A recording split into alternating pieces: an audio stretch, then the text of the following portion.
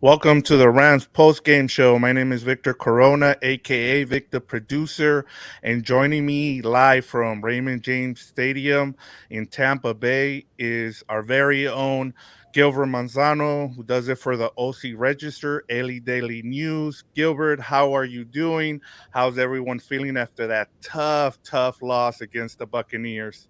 I'm doing well, Victor, because we predicted the outcome of this game, and Rams locker room not so well. But let's start with this. It was a very somber locker room. The wide receivers, Van Jefferson, Allen Robinson, Cooper Cup, they're all lingering together, just trying to figure out what happened there. 9 games in, why is this offense broken? Van Jefferson is back, still broken. Cam Akers came back, still broken. Oh, the passing protection is better, still broken. So I think they're finally getting to this point, Victor, where okay, what do we do now? I think now it's like seriously look in the mirror because I think for the first time, Victor, Sean McVay admitted it could be player issues, it could be scheme issues. Cooper Cup, the star wide receiver, said it's not a lack of effort. It could be he didn't say this, paraphrasing, hinting. It could be a lack of talent, players. Like if you're trying your best out there and you're still not winning your matchups, it could be a personnel issue. So uh, it's finally they're finally looking in the mirror. They're finally saying they're not saying, "Hey, we got time. We'll figure it out." Now they're saying, "Okay, changes have to happen." And Victor, we've been screaming for changes, but I think now finally, after you and I hadn't even mentioned it, Victor. They lost to Tom Brady on the final drive. He's done that for many years. People know what Tom Brady does. When you give the man another chance to win the game, he's gonna do it. So that was an afterthought because the defense did its part. The thing is in the forefront of the mind right now. How can you fix his offense? Yeah, it was tough watching that presser with McVay. I mean, he pretty much put it on himself, and I mean, rightfully so. Like you talked about, the defense did its job. Like I saw a lot of people in the comments blaming the defense and saying, fire Raheem Morris and why are you playing so soft and what happened with Ramsey and like no. I'm sorry, you can't.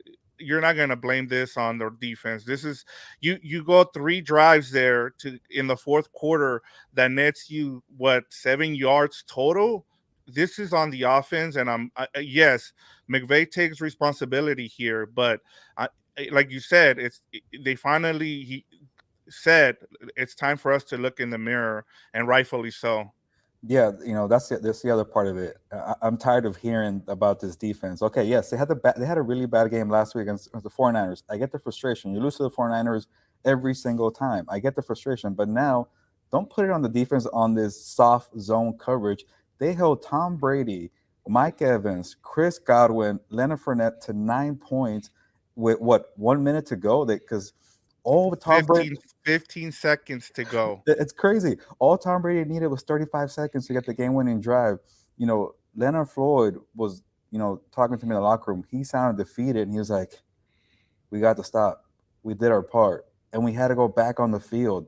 Like that was so crushing. And this is I'm gonna plug my story, early in this episode of the post game show, Victor, because I want people to check out the quotes that I got. I went around that locker room. I just wanted to know what the heck is going on. People were down, but they spoke. They gave me. It could be a lack of urgency after winning the Super Bowl. It could be a lack of toughness. It could be scheme. It could be personnel. All that. But I think this defense, did its part. I know it's not the most exciting defense. Yeah, maybe they could have got a takeaway. Yeah, maybe more sacks. I know Jalen Ramsey was saying like, at some point we need dogs out here. We need people who step up and say, "Hey, you want Mike Evans? Go get him, Mike Evans, and go make a play." So the defense is still looking in the mirror and saying, "Hey, what can we do better?" But for the most part, they did their part. And I'll put it this way: Brian Allen, the center for the Rams, nobody wanted to poach players. Like nobody was talking at first. I go up to Brian Allen, and you're the center of the team. You command the offense in a way with Matthew Stafford. What's happening? And he said, "It's on us. All we needed was 10 freaking yards, a first down to return the favor." That defense did favors all night, Sunday here at Tampa Bay. And all the defense said, "Hey, man, just give me a first down and end the game." The offense couldn't do it, and the offense is taking the blame for it. But I think what now the problem is Sean McVay is trying to keep it as a collected effort and not having the finger pointing game right now. And honestly, it is on the offense. There's nowhere else you can point the finger at. I mean, as I talked about in that fourth quarter, these were the three drives in the fourth quarter, Gilbert. They went three and out for -7 yards, three and out for 6 yards, and then the last one was three and out for 6 yards. You cannot expect to win games that way, especially when you have someone like Sean McVay. This is why you have a Sean McVay, is to be able to create plays for you on offense, and you can't even get a first down on three possessions. That is not a way or a recipe for wins. And unfortunately, like you just talked about, this is not even on the defense. It all goes to the offense. Matt Stafford, Cooper Cup did his job today. He's the reason why they were in that game with that 67-yard touchdown catch and run. So yes, it starts with Sean McVay, and I'm glad that he took responsibility for tonight's loss. Yeah, Victor. One thing that sticks in my mind was 3rd and 19. It was 3rd and goal, but from the 19, they were backed up. I think there was a flag or some bad plays, but it was 3rd and 19, and they settled for a field goal. He just said, "You know what? Here's a run play, a kind of a draw here. Just take it and give me some yards, and let's get a field goal." And I'm like, "Okay, fine. The defense is doing its part. You could maybe win this game with field goals." But you know who's on the other side of that sideline? That's freaking Tom Brady. You don't try to beat Yes. Tom Brady with field goals. I'm getting animated here because when I saw that 3rd and 19 to go and you just sit on the ball and here's a run play and play it safe. This is a broken offense all year. You can't score in the red zone. Get creative, get a touchdown. And then the other part of it too, I'm going to linger on. I don't know. Yes. I think it was different, but Daryl Henderson finally gave this offense a spark with a run play of 11 yards and then another one for 23 yards. They get in the red zone. He calls three really bad pass plays. Like the running game was working. You finally got it, and he still couldn't do it. So red zone problems, too much Cooper Cup problems, not enough juice. Van Jefferson had that drop in the I want to say first drive, right, or second drive. He was absent after that. Allen Robinson did some catches here and there, but it's the same old offense time and time again, Victor. So I know people are frustrated with the defense. I get it. You got to get a takeaway or a sack, whatever. But the offense is broken. And before I let you keep going, Victor, one thing that sticks in my mind from Brandon Powell. I told Brandon Powell, do you think there's a lack of urgency because you won the Super Bowl last year? You won the Super Bowl, the mountaintop. You come into this year not having the same urgency. He's like, man, forget last year. He said, "F that. This is about this year." And he wants some dogs on his roster. He wants people to to score and get some toughness and stop relying so much on Cooper Cup. So they're frustrated, but again, look it in the mirror. Yeah, and I get the frustration, but where are you going to find players right now? The trade deadline has gone past and gone. We heard today that the Rams offered two first round picks and another second round pick for Burns.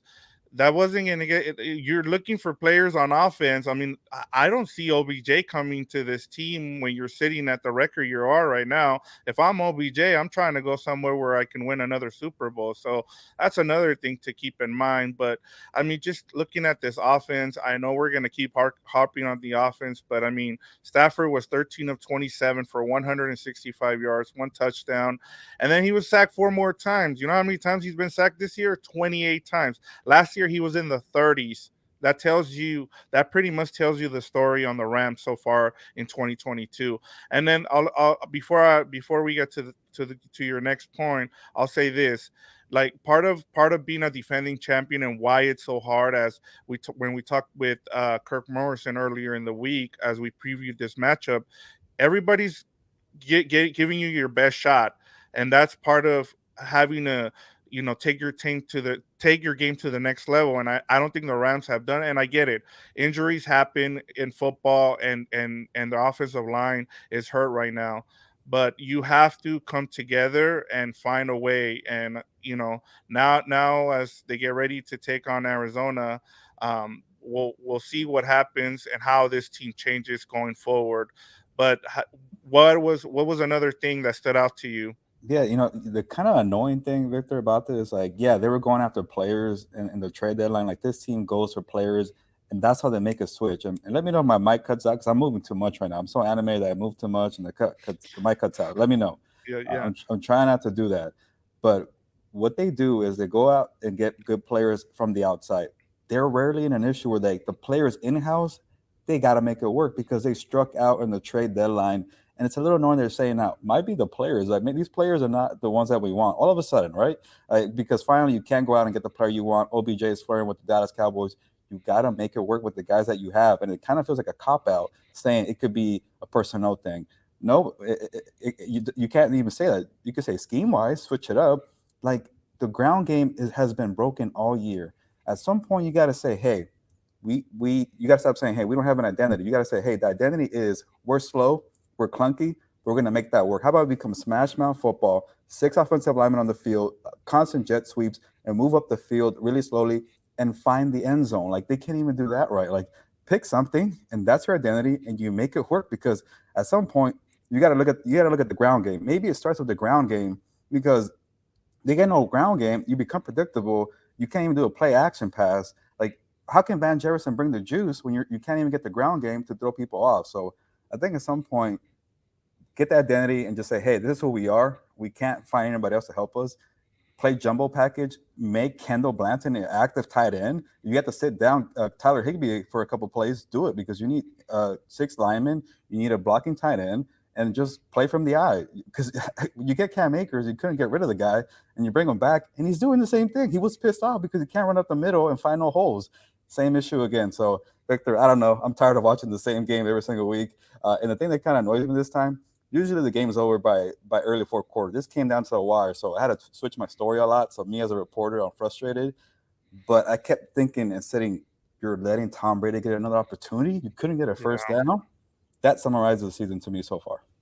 Yeah, especially in the fourth quarter, I kept thinking you don't want to give Tom Brady every opportunity, and every time he's like, okay, you guys got away with one here, and then finally it came back to bite them there at the end because you cannot keep giving that man that many chances of even at 45 that man is going to come back and kill you. He's like we talked about, he's coming off a divorce. He's got nothing to lose at this point. He's and you look, after I saw part of his press conference too, that man was relieved. Like, it was like the biggest win of his life. Like, after the last 2 weeks he's had, he proved it out there.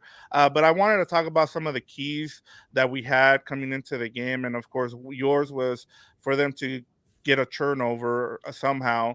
I mean, the block kick kind of counts as a turnover in a way, I guess. But and then also we went with establishing the run to set up the play action, which they kind of did. But as we talked about, with Sean McVay and Kirk Morrison brought it up. I have to keep bringing it up about how stubborn he is about not wanting to run the ball.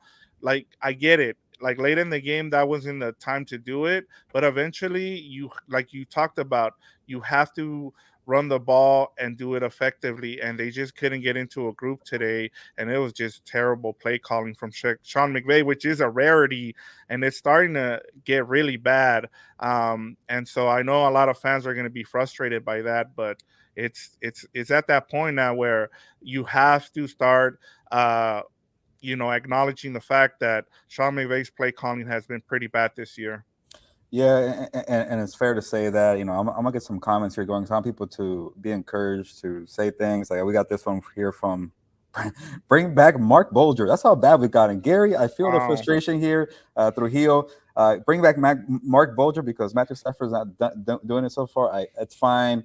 Let's go with another one. Mike says Bobby Evans has to go. One thing that really throws me off, Victor, is they started Chandler Brewer at right guard when the line with Ode Abushi was working. Like you finally have a game where you don't have a different combination. 8 combinations and 8 games this year for the offensive line, Victor. Like I thought it was fine with Ode Abushi, but apparently not for Sean McVay. But I know for fans, they probably wanted Brewer to replace Bobby Evans, not Ode Abushi. So and then one more just for the positivity here, Rams house. Whatever. I don't know what to do with that one, Victor. But we got to start wrapping this up here. But I'm Yeah. sure people are probably going like this the whole time. No, It's no, no. go ahead, go ahead. No. I was just gonna say before you give us our final thoughts and we look ahead to the Cardinals. I was just gonna say. I mean, I get the Rams fans' frustration tonight. Like and I hate the fact that we were right about this and what was gonna happen in this game. But we've seen it coming now. We've seen it coming. How they've been playing, especially against some of those defenses. And today wasn't even about the defense. I mean, I think it was mostly on Sean McVay, and I hate to say it because the offense, wasn't able to move the ball at all. Like the second half was just like a horror show out there. And so, at least for the defense, I think one of the things you can take today as a Rams fan, and take it as a positive, is that the defense at least is doing its job, and you can at least look forward to that. You still have a good defense, and that's going to win you some games going forward. Yeah, there was something I wanted to say. Oh, here we go. Uh, the weird thing is, like, I felt like this wasn't the worst offensive performance. Like, there was still some decent signs there. But you know what happened, Victor? 203. I want to say either 206 or 203 total yards, season low for this season. So they got worse in this game. It's week 9. You're done with the bye week. You got to get some urgency to win the game, and you have 206 total yards. It might be 203. I'm being generous here. I don't even know, Victor, but that's a season low. And it's just like at some point you got to figure out what this offense, and maybe it's a little too late. I don't know, but they play the Cardinals next week. That's a team they have their number. It could be a get right game, but this team, you can't call anything a get right game. It's a desperation game that they need. So we'll see. Do we have another one here, Oh Victor? yeah, Eric go ahead. Reyes. Uh, I should read it. I should probably read this before I go off. But Eric Reyes, hopefully it's a good one. We all knew what will happen if Brady got the ball back at the end. How many fourth quarter comebacks is that now? Thank you, Eric. Yes, it's the obvious. Sean McVay and the offense didn't know about Tom Brady. Apparently, maybe they thought his divorce was too much of an issue. It was dwelling. I don't know, Victor. But one thing is, at least there's no finger pointing. That seemed like a locker room. This is the only positive I have here. I'm trying to give something. Everybody that was a team captain, that at least I went to approach, spoke to me. Jalen Ramsey said, "Hey, give me some time. I got you. Come back." Spoke to me. Kept it real. A lot of mother bleepers. A lot of get some juice, and it feels like they're at least together. That sounds weird. So if you could go off of that and not you don't finger point, just take the L, take it in the chin, go play. The Cardinals, go play the Saints. I think those are two winnable games because then after that you play KC. I don't know about that one, but if you get a 2 game winning streak, maybe you change the season around. Go ahead, Victor. We gotta wrap it up, but play to Yeah, I win. just wanted to Go ahead. sneak this comment in by play to win. It says the play calling was pitiful. Bobby Evans was pathetic, and why he played is a mystery. So there you go. Ram fans are Play are to win real quick. I play to win. I will ask that to Sean McVay tomorrow. We didn't get enough time today because I'm scratching my head the Chandler Brewer thing. I don't know what the hell they were thinking because why do you want 8 combinations in 8 games? I don't get it, but we'll figure it out tomorrow.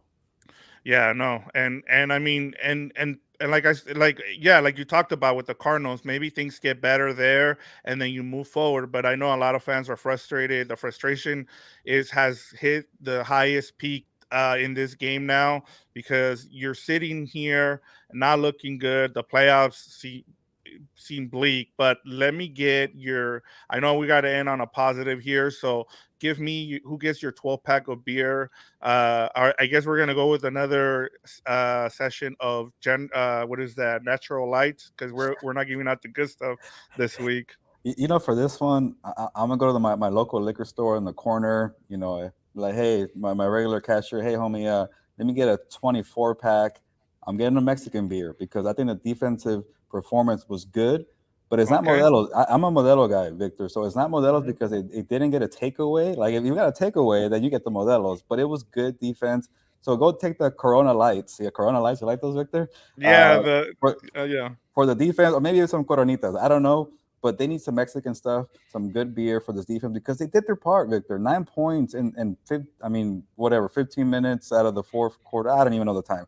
Nearly fourth quarters. How about that? Nearly fourth quarters. 59-45. There you go. 3 field goals from Ryan Suckup.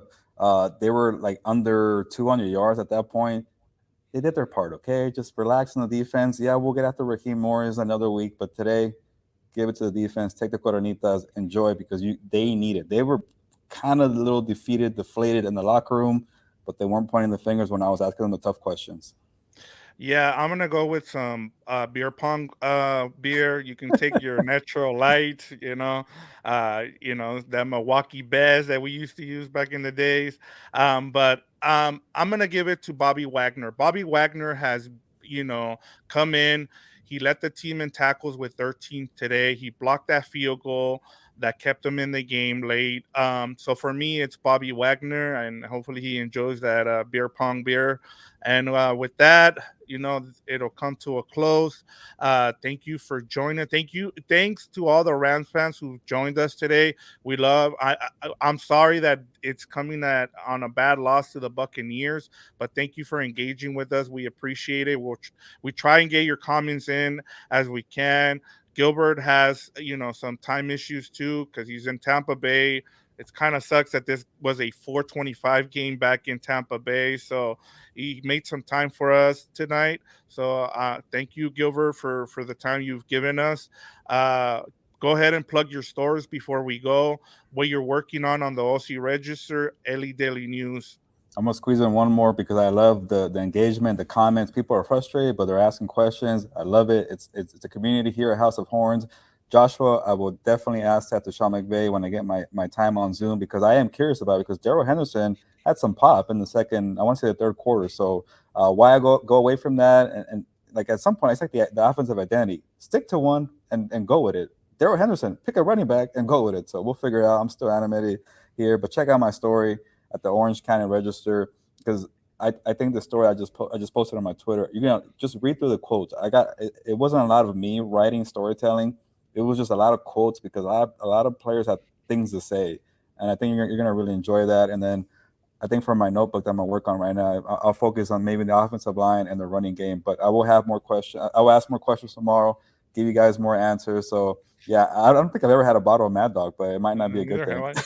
I. Might not be a Yeah. good thing, Gary. I'll figure that out. But yeah, check out my stories, Orange County Register. Follow me at gmonsanto24. I wish you could go longer because I feel like there's people actually engaging that they like the content. Uh, I'm a little annoyed watching this team every single week, but I keep it real here. Victor, I appreciate all the work you do here at House of Horns. But anything else you have to say because I got to go.